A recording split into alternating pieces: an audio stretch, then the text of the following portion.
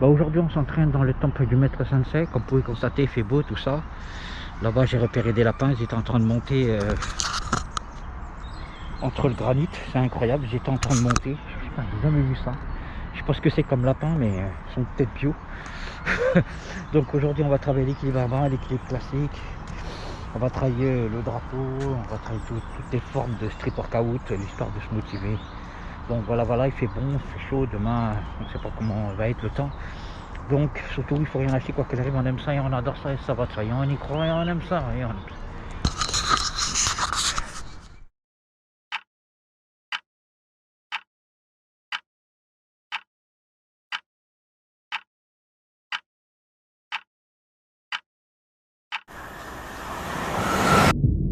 Tu reconnais cette sensation de colère qui se manifeste quand t'as rien d'autre à faire que de penser. Penser à des regrets, à ce que t'aurais pu faire de mieux, aux occasions que t'as ratées. Et d'un coup, cette colère se transforme en volonté de se rattraper, de changer le monde, d'inspirer. Cette volonté qui allume une flamme en toi, qui t'anime et qui te donne envie de tout casser. Cette flamme, en réalité, te suit déjà depuis tout petit, mais ne se manifeste que plus tard.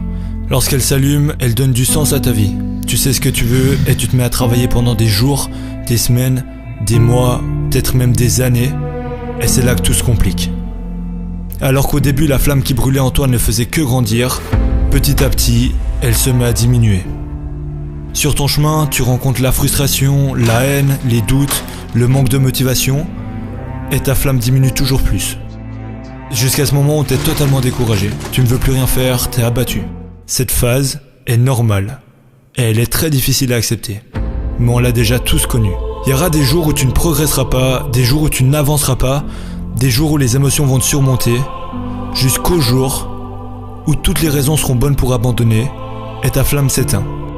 T'as fait des sacrifices, t'as persévéré, t'as travaillé plus que n'importe qui pour réussir, mais malgré tout, le résultat attendu ne se montre pas.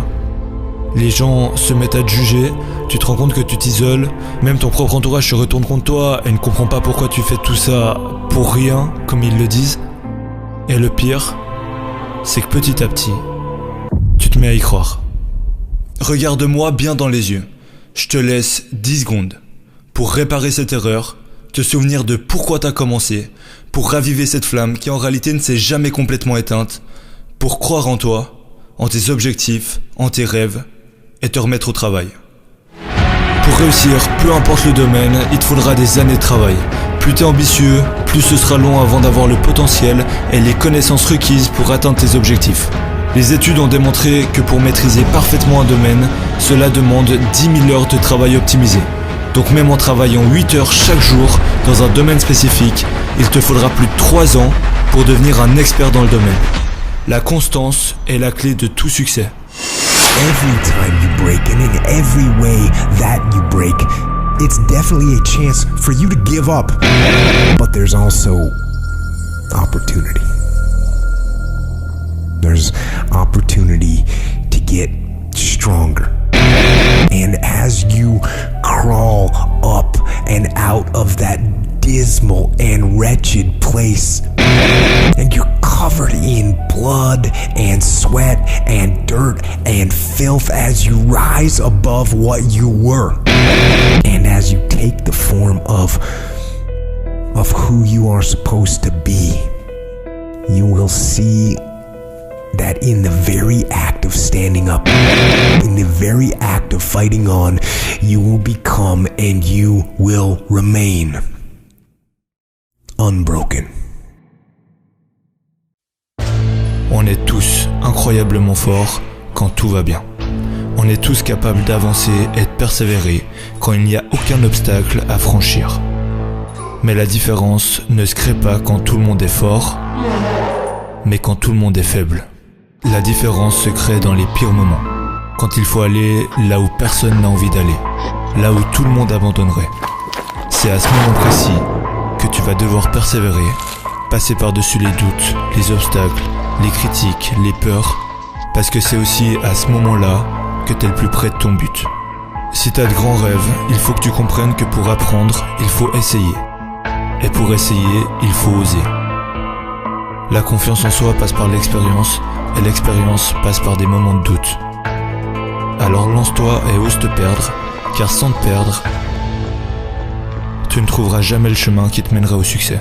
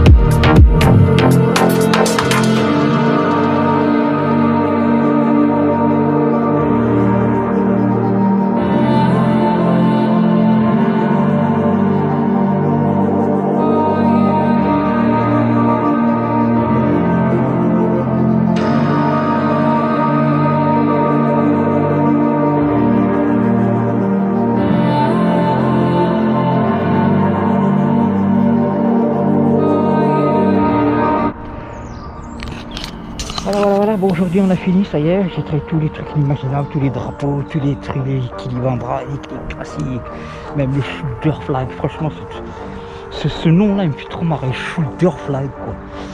Voilà, j'ai bossé ici, j'ai repris les anciennes figures, j'ai travaillé le drapeau, tout ça, tout la totale quoi, franchement j'ai kiffé.